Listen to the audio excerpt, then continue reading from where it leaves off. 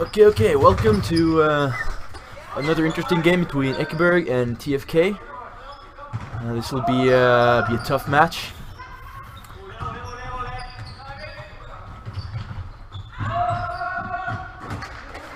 Let's see if my name is Arik. I'll try to bring you through this in one piece. Just gotta check if the sound is working here.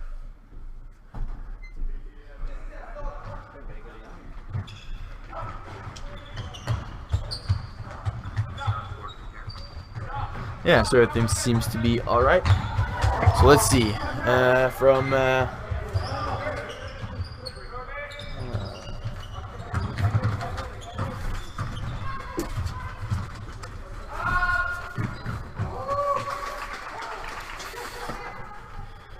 From Ekeberg we have number 7, which is Torun Kjelstad. Number 9 is Ingrid Hoy Nygaard. Number 10, Heine Nygaard Riise. Number 13 is Eirik Hjelmtvedt. Number 17 is Kristine Torkelsen Jarsø. 21 is Magnus Grøtterud. 22 is Sandra Mellem Enoksen. 23 is Bård Drange. And we have Ida Håøy Grue, which is number 78, I believe, and Ole Christian Mosan as 99. And welcome, Mike, to the booth. Thank you. Making the sudden transition into English. Huh? Making the sudden transition into No, English. I've been English all the time. I just like pronouncing the names Norwegian, you know. Because is the sheets in Norwegian? Yeah, no. No, they're English. Yeah, and then for Trondheim we have number 10, which is Eivind Karlsen. Number 7 is Jarl Øystein Samset. Number 18 is Vilde Eidem. Number 12 is Magne Brekke Rabben. Number 15, Ingar Ballo. Number 4, Steinar H. Gundersen. And number 16 is Gayan Erik Waidyanatha. So this is going to be an interesting game. What do you think, Mike? I think it's going to be an uphill battle for Ekeberg. Yeah? They're generally a less athletic team. They have some key really good athletic members, but overall, just the sheer speed and agility of TFK is pretty hard to deal with. Yeah, that's a lot of years of experience packed in one team as well. Yeah, Ekeberg is quite solid, like lots of experienced players, but just the kind of aggression and poachiness of TFK Yeah. is really hard to Absolutely deal with when they get their game going. Absolutely. Like, see, even there, Yeah. like, TFK is always aggressively defending, always in your face. Yeah. It's hard to make a safe pass with them. Yeah, true.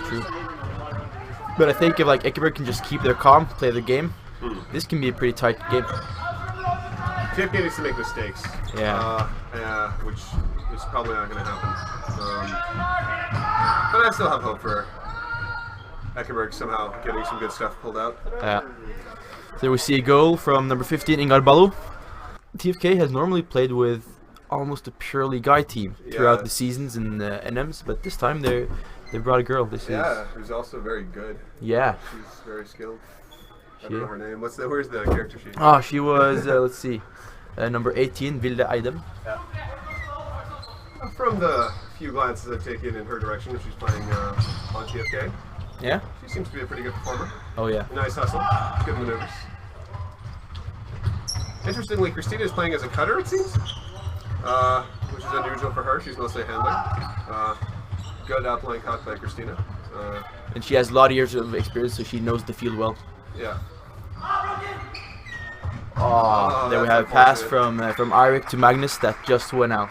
Great idea, nice break, but slightly less than great execution.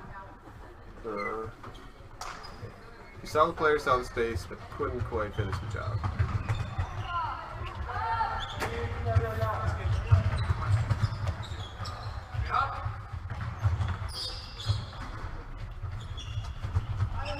Oh, that was a scuba. It went down. Yeah. Was almost a catch.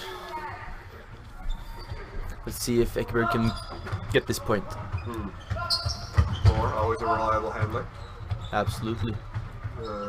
We have Christina looking forward. They seem to have a lot of flow. They're having their handlers cut up the line on Ekeberg, and then somebody comes in and fills the space. Yeah, a lot of good movement. They're not running into each other's spaces. They don't have a static handling line, it seems. You constantly have people leaving the handling line, and and there we have the blade from Bård. Assist by Bård.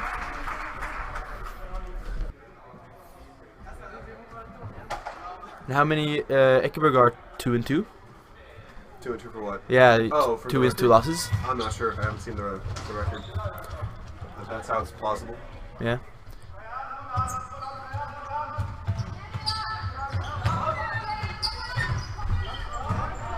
And another change for TFK is that they normally play with only 5 players. So now they have a bit more breathing room. That's the thing, though. Playing with only 5 players, you kind of build up a lot of stamina over the years. And you're ready for these kind of like grinding situations. Absolutely. And they also know each other really well because all the same players play at the same time. Yeah. Think they're going to try zone just for fun? Yeah. I've never seen Trondheim play zone, actually. They know some sort of zone. They Yeah? just don't play it. They've never had really a need to, since you have this like raw athleticism. Yeah, that's true. Generally, you play a zone to compensate, right? But yeah, they actually set up a zone there. They set up a zone, but Either Ekeberg handled that well. Oof.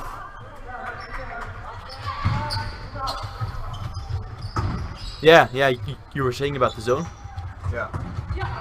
You're generally using zone to compensate for a lack of either like gender or speed or height. Yeah. If you have like kind of the raw power and sprintiness like that of TFK, why play zone? There's no reason. You have like, you can read the field fine as individual players. You can react to situations fine as individual players. Yeah, that's true. They kind of always force you to do like stuff that isn't safe, or stuff you think is safe isn't actually safe. Yeah, that's true.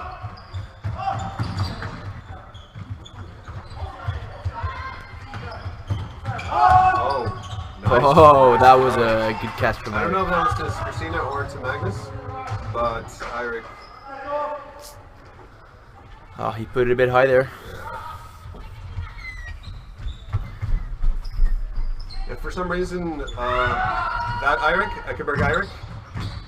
Ah, that was out. That was out. Yeah, he saw it himself. Yeah. Ooh. Oh, there we go. Oh, that's brilliant. That's Gee, Christina. half a meter. Yeah, Christina saw that movement and she made a good decision. But I don't know if like Ulan Olsson was going 100% there. He seemed to be. Yeah. He seemed to be kind of going that direction, but he wasn't like a full intentional sprint. I think I've seen him on a better sprint than that. Now that one, I'm not sure. yeah, it was in. Yeah, I would have called it in. But it's really hard to tell if the step goes down before or after the catch. Point, I'm not sure with that one. At what point the disc was in his hand and his foot was on the ground. It's a little tricky with that. Oh, you had a really nice hammer there. That just went. No, yeah, he went in. The one where he slid along the floor. Yeah. Slid along the floor. Yeah. Yeah. Well, there was like in the last game. Yeah. I had 3 hammers. One was great. One was terrible. One was like sketchy, but almost worked. Still, do not play like I play. I encourage no one to play like I play.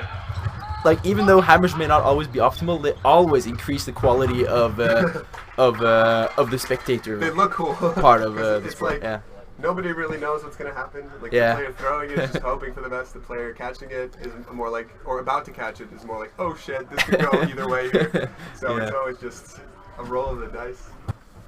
There's been a lot of that going on throughout the championships. Yeah. Unsafe throws, making completions. Right. But that's part of the game, you know. Indeed. The board picks it up. Magnus goes for the give and go. No give and go. Just gets the swing. Eirik gets it. Oh. Miscommunication there. Yeah. Magnus was thinking of going forward and went slightly back, but not back enough. And they just scooch back a bit.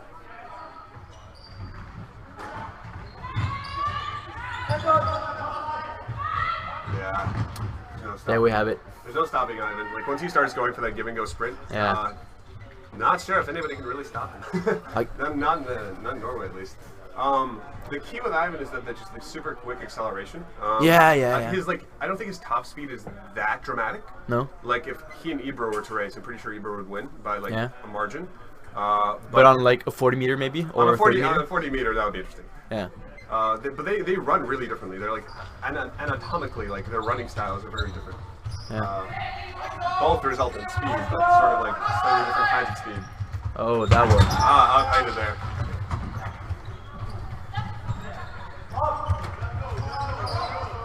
Ooh. I was carving like a little away from her. Oh yeah, yeah, those are hard. Oh, there we have a scuba. That's nice. Good luck. Oh, nice. That was a great play. I'm depressed about losing all our games.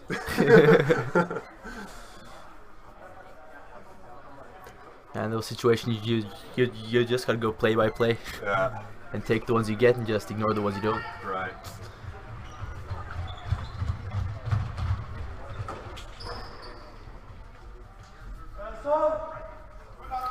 Okay, Ekeberg has set up his own. And they've placed someone deep there. And Magnus, he has a crazy wingspan, so you gotta be careful for those deep throws. He's gonna catch a lot of them. Let's see it. Oh, nice! Wow, that was well executed. Oh man, beautiful positioning. Yeah. Right there on TFK's part. Even though you had a giant in the end zone, just getting far away enough, giant, like right by the back line.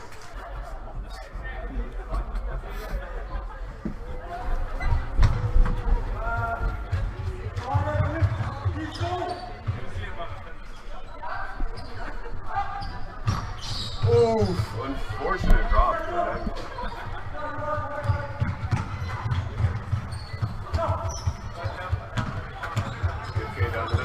Guy on with the disc. Looking for options. Gives a dump.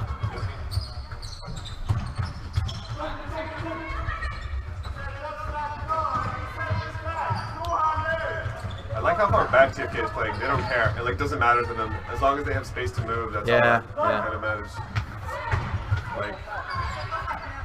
Like they played all the way back to the end zone. And their blow unfortunately didn't pay off. Sometimes when you get a bit too arrogant in how much space you really need, it bites you in the end. Yeah. That may be a record for this tournament in terms of playing like the furthest back, like by swinging.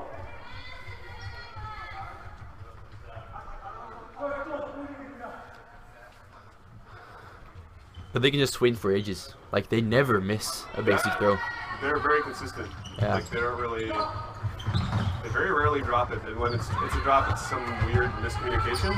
But generally, all of their players like. Oh, that was a good catch. What a catch!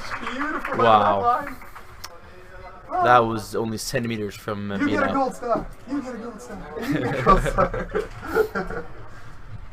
Yeah. Like, awareness. Yeah, field awareness is everything.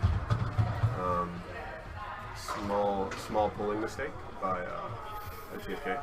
He hit the ceiling, but not too far. Not too badly. Pretty close to the end zone. Yeah. Oh, that was not a good idea. They responding quick to that one. Yeah, don't throw floaters around TFK. I learned that the hard way. I threw a floater against them. Yeah. And they kicked my ass. Oh, but Ekeberg's got more in store than this.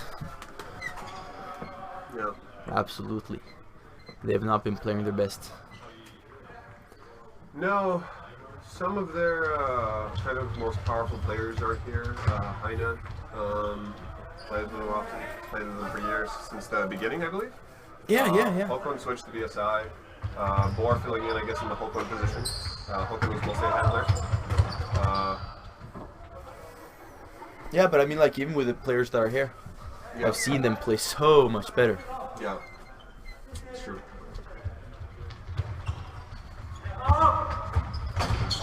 Oof.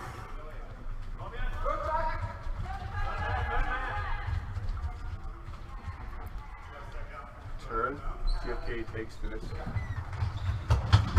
Ivan. Oh, slight miscommunication there. Come on, Ekeberg's got to get this now. Steinhoff, I believe, was really well positioned, but didn't quite make the move that Ivan wanted, and a turn has resulted. Magnus going for the upline shot. That's a good throw, but Steinar's there. Oh, That could have been interesting. But Steinar stopped it. maybe a bit of frustration on Magnus's part, taking that shot. Oh. Beautiful It almost play. looked like Magnus retracted his arm there. Kind of, yeah, a bit. Kind of like a piston action. Yeah. So you kind of get into the habit of always like playing aggressively, and if you master that style of aggressive play, you're kind of undefendable. It's really hard to defend you, even against equally matched players.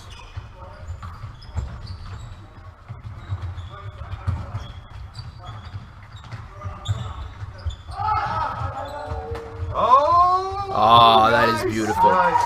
That is beautiful. Beautiful one too, yeah.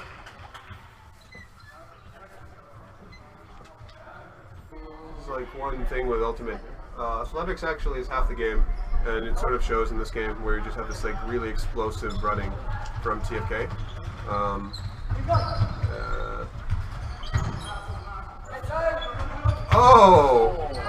Almost a block by Christina, but Ivan gets to it. And Wow. Sounds like Iron Fist.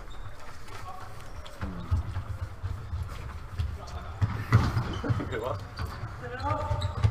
Also, Ingar Ballo, has he really played since 1994? What? Really? Like, That's a long career. I'm more surprised by how old he must be in that case. He must be.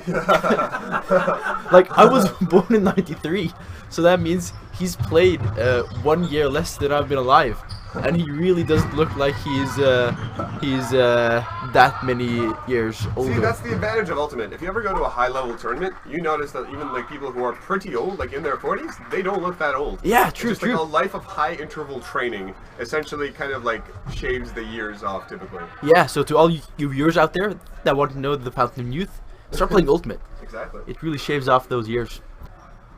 But TFK made him the best offer for his first Ultimate tournament season. Yeah. Cut his beard only when the NATO security detail suspected him of being a terrorist. Now regrown.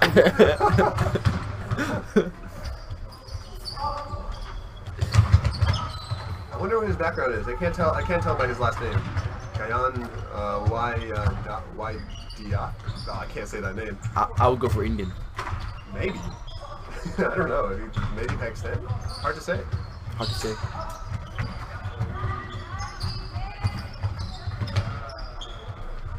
But don't let that name fool you. He's Norwegian as hell.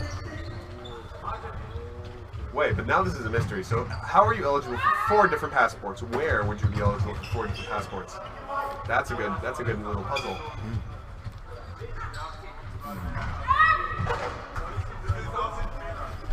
There we have the last point of the game, I believe, as we go into 13-4, which hits the point cap.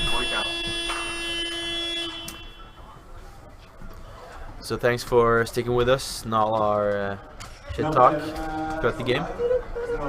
And we'll see you again in just 5 minutes for the next game, which is between Pancake and Bergen.